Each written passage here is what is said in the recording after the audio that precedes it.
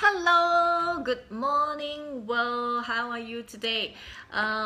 This is Joy from Joylight Transformational Coaching, and right now in Singapore it's 11 in the morning. So I am going to scoop today before I start my coaching session at 12. And I was thinking that today I would like to share about this book that I have found a great meaning and which I have been trying to apply in my life. And I think it does help me so far. The book is called The 4 Agreements, and it's written by Don Miguel Ruiz. Have any one of you read this book before or maybe heard about it? It's a fabulous book because there is only 4 agreements that you need to examine. It's not complicated. 4 very simple truths, but as we all know, sometimes the simplest things in life are the hardest to apply. So today I'm just going to give a quick summary about the 4 agreements so that you can reflect on it, think about how you can apply it in your life so that you can find more peace, more joy, more happiness. Thank you for joining me. And find the source of your self-limiting belief. Just a little quickie about this book. This book has been for over 7 years been featured at the New York Times bestseller list, and it's the 36th best-selling book of the decade. Whoa, isn't it? So a little bit about the author. He basically dedicated his life to sharing the wisdom that is of the ancient Toltec through his books, lectures, and his journey to sacred sites around the world. So where we're not around the world at the moment, this is Joy from Singapore trying to share with you the 4 agreements. So let's start with the first one. Hello, just like her. Thank you for joining me. Okay, the first agreement says be impeccable with your words. Some of the pointers to think about from the first agreement: speak with integrity. Say what you mean and mean what you say. Which I think, to me, I interpret it as do not say anything that's superficial. Do not say anything that sounds nice but you don't mean it. I personally do relate with this point because have you ever been to a party or been to a social event and then maybe someone come to you and say, oh, I've been trying to contact you, or I've been meaning to this and that, or maybe say, okay, you know, I will contact you later, tomorrow, or something happened, but you know in your heart that that is not true. It just sounds so nice. So okay, so let's stay with the first agreement first. I will come back to the I'll go to the second appointment soon. Oops. So the other point to think about for the first agreement, which is be impeccable with your words. Avoid using the word to speak against yourself or to gossip about others. One of the examples that he cited in his book, I listened to the audio version like for 1 whole week when I was in the gym, so I was really engrossed and immersed in it and trying to apply it in my life. One of the example that he cited, which I felt I could relate to and maybe sometimes possibly guilty about it in the past, is have you ever, when you talk to someone else, have you ever been putting down your loved ones just to prove your point, just to prove something that could even be absolutely trivial, but the ego got in the way and you wanted to prove your point, so you actually said, yeah, and then he did this, right? It's so blah blah blah, right? Using the word to speak against yourself or to gossip about other people for the satisfaction of the ego. Well, you know, maybe love at the end of the day is more important than ego, or in some of the instance, our pride. So use the word instead. Use the power of your word in the direction of truth and love. So these are the little pointers under the first agreement. Be impeccable with your word. The second agreement is don't take anything personally. Well, I can tell you this is probably the one that I struggle with the most in terms of the 4 agreements. Don't take anything personally. We're so self-obsessed in general. We I think just naturally take everything personally. If someone, if we greet a colleague, thank you for the hearts. If we greet a colleague or a friend when they are passing by and they ignore us, we'll be like, whoa, why are you so rude, or something along those lines, right? But because we take it personally. But what if the person just having a bad day, or something happened at home before your colleague came to work, or simply he did not hear you when you greeted him? So it could be anything, but we tend to take things personally. So this is something I'm working very hard on. It's not easy, especially if the issue or the situation is a serious one, but still something good to have at the back of your mind. So the little pointers that we can consider under the second agreement is, well, nothing others do is because of you. Shocker, yes. At the end of the day, the reality is nothing others do is because of you. We all do things for ourselves, and I have to tell you, like, say for example, for myself, I do a fundraising project to raise money for children in Cambodia to build a school. We have a group called For Our Children, FOC, Singapore. And yeah, so on the surface you can say, oh wow, you're doing great stuff, you're doing it for the children, but the reality is I am also doing it for myself. I'm doing it because this is what I want to do. I'm doing it for my own peace of mind. I'm doing it because I want to make a difference, right? So you can't say I'm doing it entirely for the children, because it's not true. So nothing others do is because of you. Yeah, so I think maybe it's something that you want to take too hard. So when things get negative or someone react, it's not necessarily because of you. The person could be going through something, having some thoughts, having some feelings, having some past experiences that causes the person to behave the way that he or she might be behaving at the moment towards you. So I think maybe using a bit of empathy and curiosity would be useful. Of course, it's easier said than done, but hey, we can try. Thank you for joining me. And another sub point that we can think about is what others say or do is a projection of their own reality. At the end of the day, the map of reality that we all have are unique and very different, which is why we can have experienced the same situation with someone else, and yet maybe during the sharing session, you're not too late, it's only the second agreement. We have 4 agreements to go to. So have you ever had an experience where you shared with someone, and then maybe in the aftermath where you guys are maybe in a group sharing with other friends what happened, and then you notice, hey, your experience and my experience is different, but we were there together? Because we all have our own projection of our reality, and it's different. Or have you ever watched a movie with a friend, and then after that you're like, oh, I love the movie, it's fantastic, and then your friend like, really? I hated it, and then yada, it was terrible here, it was bad at this, and then you look at your friend in shock and horror, but I enjoyed it, I thought it was fabulous. So it's interesting, isn't it? Because we all have our own map of reality, and it's very different, and the interpretation of what happened is also different. So what other people say or do is a projection of their own reality. Don't take it personally. Another sub point to consider is, when you are immune to the opinions and actions of other people, you won't be a victim of needless suffering. Now, I think that is huge. If you want to have more peace of mind, you want to have more joy in your life, then one of the things you can consider doing is being immune to the opinions and actions of other people. Don't let them affect you. Don't, what I would always like to say, bring your own weather with you. Regardless what's going on outside, thunderstorm, bright and shining, well, who cares? You bring your own sunshine with you in your heart wherever you go. So this is the second agreement. Don't take anything personally. Could you relate to it? Coming to the third agreement, the third agreement states that don't make assumptions.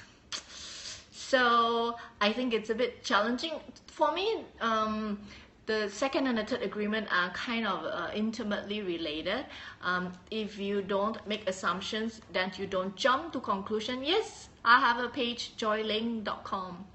So if you don't make any assumptions, then you don't jump to conclusions, then you don't react, you don't get mad, you don't get offended, and then because you don't get offended or get angry or react, then you wouldn't be behaving in a way that you might regret later. And then worst of all, and then later when you found out the truth, what's really going on with the person, and you're like, oopsie, I shouldn't have done that. Well, you know, maybe to begin with, don't make assumptions. If you have doubts, if you need to clarify, just ask, isn't it? Well, it's so simple, but actually most of the time I think we don't do it. We just automatically in our head, bang, 1 + 1 = 2. Well, you know, maybe for some people 1 + 1 is not 2. Who knows, right? And the only way to find out whether for this person is the same, 1 + 1 = 2, ask. So don't make any assumptions. The points that we can consider in the third agreement is find the courage to ask questions. How simple is that? And also find the courage to express what you really want. If you really don't like it, then say, well, you know, actually, it's not really my thing to do that. And if you really is tight for time and you can't go out, you can't make that social commitment, then guess what? Just say no. It's okay. And you can explain to, you know, I would love to do it, but this is the situation at this moment in time. You know, perhaps the next time I can join you, okay? So yes, it's the same at Joylight. So find the courage to ask questions and to express what you really want. Okay, communicate with others as clearly as you can to avoid misunderstanding. Well, to me, that is a skill, isn't it, to be able to communicate clearly and to avoid misunderstanding, which could be a bit challenging too, considering that what I mentioned earlier, all our map of reality is different. But I think the point here is to be aware, to make an effort for clear communication, and this is speaking for myself and a reminder to myself to be patient. Sometimes it could be a case that you think in your mind, I have been very clear in my communication. Well, guess what? It comes out from your mouth. Of course, you know what you want to say, but perhaps for the other person, it's not as clear, doesn't interpret it the same way as you do. The other person does not have the kind of or the amount of information that you have. Then, well, you know what? Then this person can't possibly grasp the clarity of your communication as quickly as you do, because you are the one who said it. So of course you know what you're saying, I hope. So you want to, even as you think that you are making an effort to communicate with others people, give people a chance to ask questions, to clarify, be patient and answer their questions.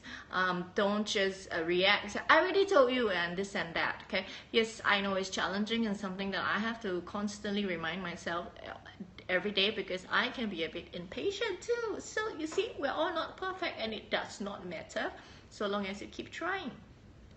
And the other sub point for the third agreement that you can consider is if you really make an effort to don't make assumptions, just do it moment by moment, day by day. You can just try for 1 day, today, and you know, if you just commit to it, you can completely transform your life.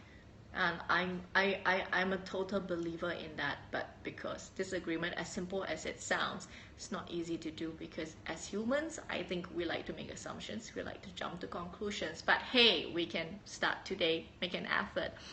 So there we are now at the last agreement. The fourth agreement from this book says, always do your best. Beautiful, isn't it? It's just simple like that. Always do your best. And for me, a very important point to think about is that your best is going to change from moment to moment. Your best is different when you just woke up in the morning fresh from a good night's sleep versus your best late at night when you're exhausted, you've been working hard the whole day. Your best will be different when you are sober and just finish your workout in the gym versus your best when you are a bit tipsy or maybe even drunk.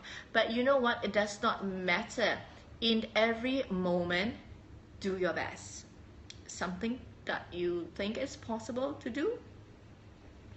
It will be different when you are healthy as opposed to when you are sick.